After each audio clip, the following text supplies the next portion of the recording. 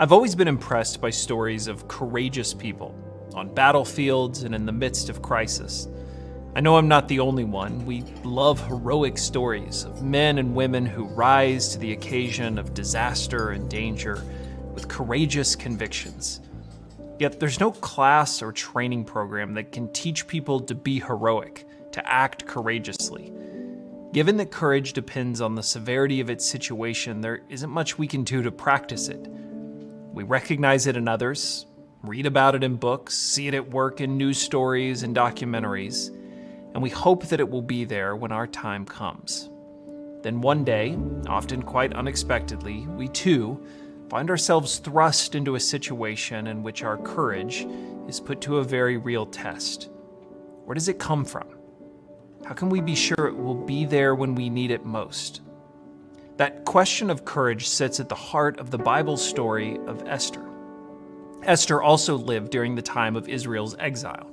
Israel was now under the rule of the Persians, and in catching the eye of the Persian king, Esther was selected to become one of his royal wives and eventually named queen. It was a strange circumstance, especially given that the king was not aware of Esther's Jewish identity.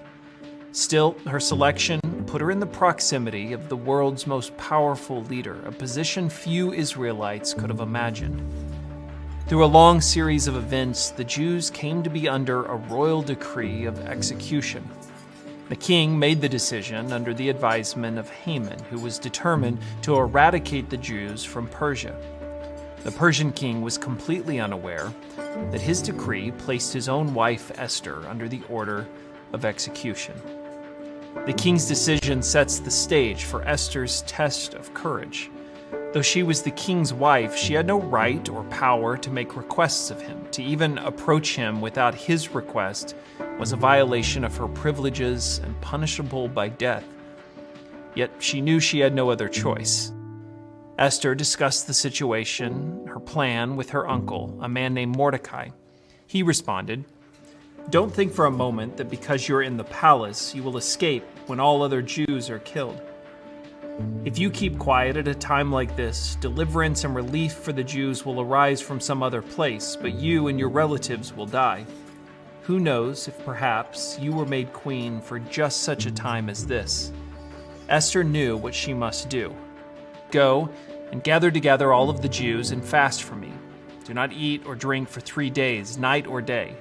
My maids and I will do the same. And then, though it is against the law, I will go in to see the king. If I must die, I must die." That's courage. The stakes couldn't have been higher, yet her resolve rose to the moment. She sensed that God had all things timed and orchestrated for just this moment. One of the most interesting parts of Esther's story is that the book never directly mentions God. While God is a central character in the stories of Abraham, Moses, and David, in Esther, there's no mention of him. How strange that a book of the Bible wouldn't even mention God. But you can't read the story without sensing that God is directing almost every moment in this story. What some might call coincidence is to the one trained to see by faith clear evidence of God's sovereign hand. We come to recognize that even when we feel alone and overwhelmed by our circumstances, more is going on. Our courage is not an inner personal strength, but a deep conviction that God is at work and that His timing is perfect. That even when we can't see Him, He is in control. The courageous are those who act upon what they know. God is in this story. His timing and placement are perfect. Esther's story works out in miraculous ways. Her people saved, new favor with the king, and a great reversal as those who sought to destroy the Jews are instead expelled from power. Esther's faith and courage are at the very center of it. There's no way to guarantee courage. There's no way to prove God's timing. Like Esther, we are each given a simple question. Maybe God has us here for just such a time as this. By faith, we believe and we act. Our courage forms in that conviction. God is with us. Listen.